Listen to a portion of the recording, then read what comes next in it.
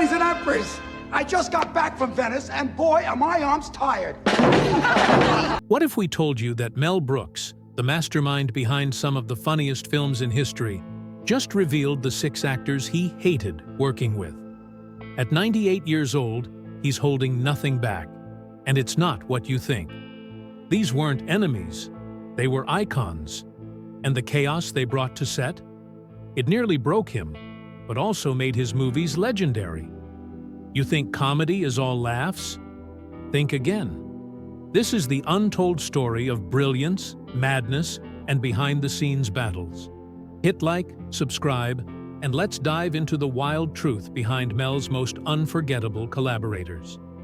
First on that list was Dom DeLuise. Now, Mel worked with a lot of talented people in his time, but none tested his patience quite like Dom. Why? Because Dom had a habit that drove Mel up the wall. He laughed, constantly. Not fake chuckles or forced giggles. Full-blown, face-covering, tear-streaming laughter that derailed entire scenes before they even started. Every time Mel yelled, "Action!" Dom was already halfway to a breakdown. It didn't matter what the scene was. One look from Madeline Kahn or Harvey Korman, and Dom would lose it. They worked together on classics like Silent Movie, History of the World Part 1, Spaceballs, and Robin Hood, Men in Tights. And each time, the pattern repeated. Dom would laugh, the crew would wait, Mel would fume, and when they finally got a clean take, it was magic. That's the thing. As chaotic as Dom was, when he delivered his lines, he nailed them. Off-screen, he was even more lovable. He brought homemade pasta to the set, joked with the crew, and treated everyone like family. Mel never stopped complaining about him, but always with a smile. He said Dom made his job impossible, but he also made his films unforgettable. Then there was Madeline Kahn. Brilliant, demanding, and utterly irreplaceable. She starred in some of Mel's best films, Blazing Saddles, Young Frankenstein, High Anxiety, and History of the World Part 1. Her timing was legendary, her delivery flawless. But working with her? That was another story. Madeline didn't just act. She questioned. She dissected. She rearranged everything. If a line didn't feel right, she wanted a rewrite. If a costume felt off, she said so. And if Mel asked her to do something a certain way, she'd pause, think, and offer a better option. And most of the time, she was right. But that didn't make it easy. She'd arrive late, as calm as ever, and proceed to reshape entire scenes. In Blazing Saddles, she played Lily von Stupp, the world-weary saloon singer, and turned a supporting role into a classic. But behind the camera, Mel was tearing his hair out. She rewrote her lines, changed deliveries, suggested alternate angles. It was exhausting, but the final result was electric. Mel once joked that directing Madeline was like trying to tame a cat during a thunderstorm. Yet, despite the chaos, he kept casting her. Because no one else had that spark. That ability to steal a scene with a glance or raise of an eyebrow.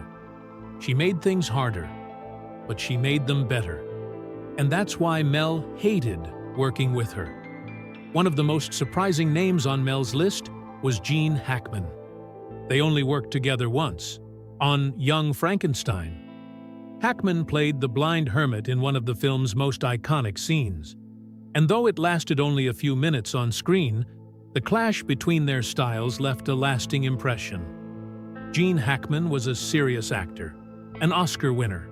He came from drama, precision, and intensity. Mel, on the other hand, thrived in chaos. He liked things spontaneous, messy, alive. Hackman didn't. He wanted clear direction, consistency, and order. While the rest of the cast cracked jokes between takes, Hackman stayed focused, almost solemn. He didn't understand the madness, and he didn't want to be part of it. They disagreed on pacing, on blocking, on tone. Mel compared the experience to trying to play jazz with someone reading classical sheet music. But in the end, Hackman's performance was perfect. gentle, awkward, and hilarious. Still, they never worked together again. Because while tension can create brilliance, not every spark should be relit. Then came Cloris Leachman, a storm in heels, and one of Mel's most unforgettable collaborators.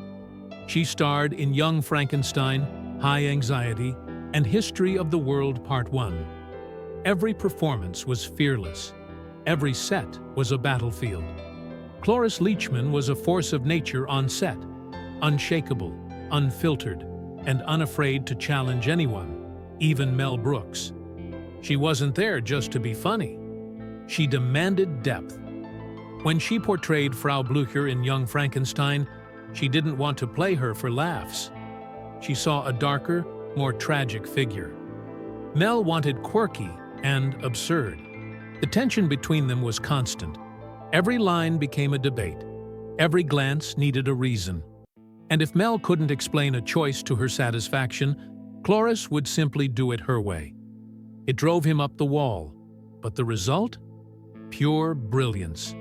Her eerie calm, her sharp delivery, and her haunting presence turned Frau Blücher into a cult classic character.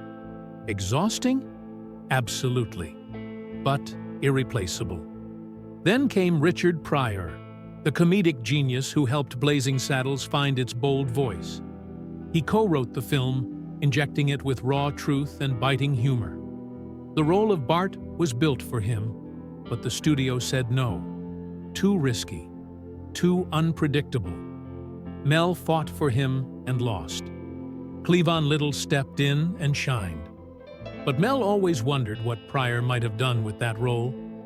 Even during the writing process, Richard was a storm. Some days, he was electric, sharp, inventive. Other days, he didn't show up. But when he was there, the ideas exploded. Mel said working with him felt like chasing lightning. You couldn't catch it, but when it struck, it lit up everything. Losing Richard as the star was one of Mel's deepest regrets. Because while Richard never appeared on screen, his soul was in every scene. Finally, we come to the most complicated relationship of all. Anne Bancroft, Mel's wife, his muse, and, according to him, the toughest actress he ever directed. Mel Brooks and Anne Bancroft worked together on To Be or Not to Be, a daring World War II comedy with emotional weight. On screen, they were magnetic. Off-screen, sparks flew, but not from romance alone. Anne didn't defer to Mel as director. She challenged him, fiercely. If something felt off, she said so. If a scene lacked heart, she demanded more. Every decision became a debate. And yet, the tension never turned toxic. It was passion, creative, unrelenting passion. Anne's performance gave the film soul. Her elegance, her strength, her truth elevated every frame. Mel said she could dismantle his script with one look, then deliver it better than he ever dreamed. They battled on set, then went home like any couple, sharing tea and quiet laughs. In the end, Anne, like the others on Mel's hated list, wasn't a curse. She was a gift. These collaborators challenged him, stretched him, and helped create some of the finest work of his legendary career. Mel Brooks didn't really hate them. He remembered them because they mattered. They challenged him, inspired him, and made comedy history by his side. Like, share, and subscribe for more untold stories from Hollywood's greatest legends. The best chaos always leaves a legacy. Thanks for watching.